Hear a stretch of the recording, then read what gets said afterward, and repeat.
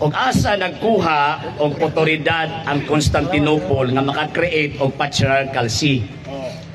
Kay remember, bantayan na to Paul, nga dili maka-establish og office, mabitaw see ang tawag, as authority sa gitawag og part of Christendom kung walay nag-approve nga mag-establish og patriarchate ana nga lugar. And wala ko'y supak nga bilambo dito ang tawag ana nga Kristyanismo sa Constantinople nga naman kay nahulog nga ang Christianity sa East at that time nagsalig sa kusog sa emperador.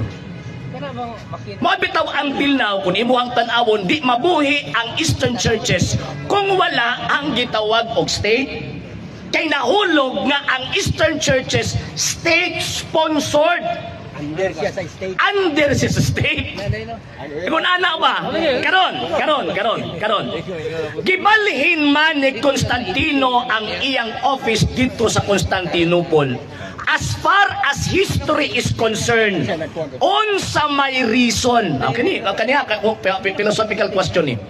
Unsa may reason ni Constantino nganong gibalihin man niya? Kay siyempre sa tradisyon sa Roman Empire, ang Rome ang gitawag og motong imperial see. Ang Rome, mo kasi siya gyud ang pinakasentro. Ang question nganong gibalhin? Nganong gibalhin ni Constantino ang tawag ini nga imperial see of Rome gibalhin dito sa gitawag og Constantinople? O sa reason? O sa reason ni Constantino? Tumagal ang palyo pula? Ako na.